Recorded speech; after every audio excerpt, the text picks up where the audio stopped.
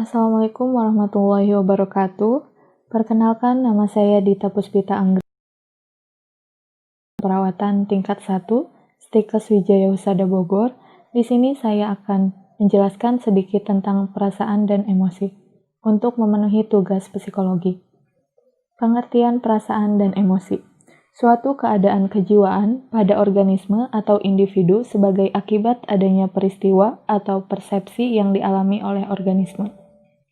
Menurut pendapat Chaplin, emosi merupakan reaksi yang kompleks yang mengandung aktivitas dengan derajat yang tinggi dan adanya perubahan dalam kejasmanian serta berkaitan dengan perasaan yang kuat.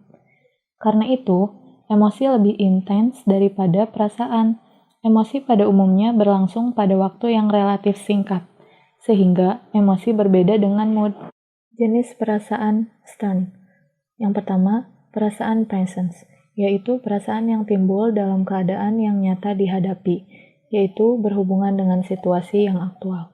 Yang kedua, perasaan yang menjangkau maju, merupakan jangkauan ke depan, yaitu perasaan dalam kejadian-kejadian yang akan datang, jadi masih dalam pengharapan.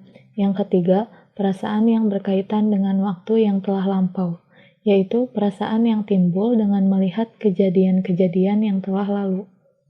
Perasaan psikis atau kejiwaan yang masih dibedakan atas perasaan intelektual, perasaan kesusilaan, perasaan keindahan, perasaan sosial atau kemasyarakatan, perasaan harga diri, perasaan ketuhanan.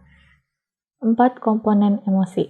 Yang pertama, stimulus yang mendorong reaksi. Yang kedua, perasaan, pengalaman yang didasari baik positif atau negatif yang membuat kita menjadi awas. Yang ketiga, rangsangan fisiologis, respon tubuh. Dan yang keempat, respon perilaku, tindakan yang dilakukan. Fungsi emosi. Yang pertama, fungsi adaptif.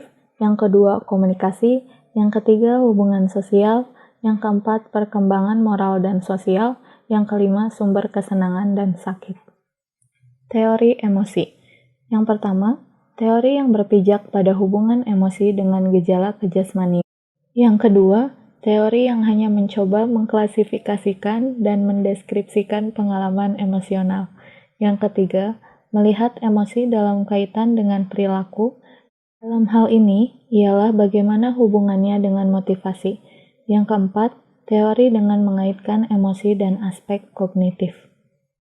Faktor yang mempengaruhi afek dan emosi. Yang pertama, pola asuh orang tua. Yang kedua, pengalaman traumatik. Yang ketiga, temperamen. Yang keempat, jenis kelamin. Yang kelima, usia.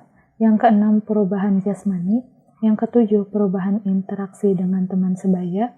Yang kedelapan, perubahan pandangan luar. Jenis-jenis gangguan afek dan emosi. Yang pertama, depresi atau melankolis. Ciri-ciri psikologi, misalnya sedih, susah, murung, rasa tak berguna, gagal, kehilangan, tak ada harapan, putus asa, dan penyesalan yang patologis. Ciri-ciri somatik, misalnya anoreksia, konstipasi, kulit lembab atau dingin, tekanan darah dan pos turun, ada depresi dengan penarikan diri, dan agitasi atau kegelisahan. Yang kedua, kecemasan atau ansietas. Ciri-ciri psikologi, misalnya khawatir, gugup, tegang, cemas, rasa tak aman, takut, dan lekas terkejut. Ciri-ciri somatik, misalnya palpitasi, debaran jantung yang cepat atau keras, keringat dingin pada telapak tangan, tekanan darah meninggi, peristaltik bertambah. Cara mengatasi gangguan afek dan emosi. Yang pertama, pendekatan biomedis. Yang kedua, pendekatan psikodinamik. Yang ketiga, pendekatan perilaku. Yang keempat, pendekatan pendidikan. Yang kelima, pendekatan ekologi.